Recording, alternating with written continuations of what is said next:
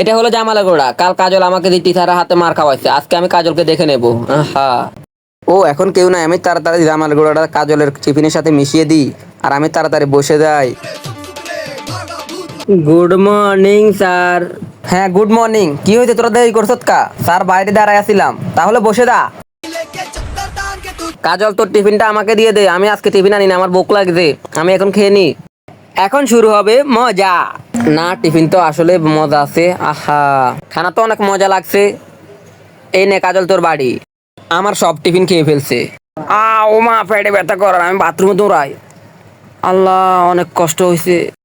ও মা, আবারও। এই কাজল, তুই খাওয়ানোর সাথে কি মিশিয়েছ?